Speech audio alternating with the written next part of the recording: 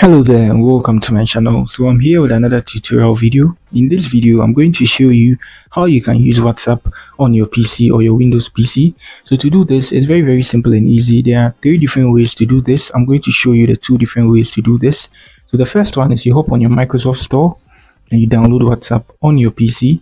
So you can see here we have WhatsApp installed on here. So now let me come here. Let me move. You can see WhatsApp here. Good. So you just open it and you register. You'd have to scan your code. I'm going to show you how to do that.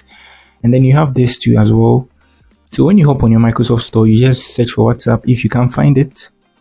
And then you tap on get to download it, something like this. You tap on this, should be get. Since I have it installed, it's open. If you don't have it installed, it should be get. And you tap on it to download it. And I know there are some people that will be having problems with their Microsoft Store. You get it? So you come here, which is whatsapp.com, their official website /download. You can look at the URL and then you hop here and then you download WhatsApp, which is supportive to your PC, something like that. So you just tap on the download. I have it, so I'm not going to tap on that. You tap on the download, it's going to download for you automatically, and then you install it on your PC by yourself. And then the second option is by using WhatsApp web. Good. So you search web.whatsapp, or let me do this here. Good. You can see something like this, and now let's search it. Good. So you tap on here. I want to show you guys because I think some of you guys don't know more about URLs. So if you don't want to hop on WhatsApp or anything like that, you just tap web.whatsapp.com and you come here.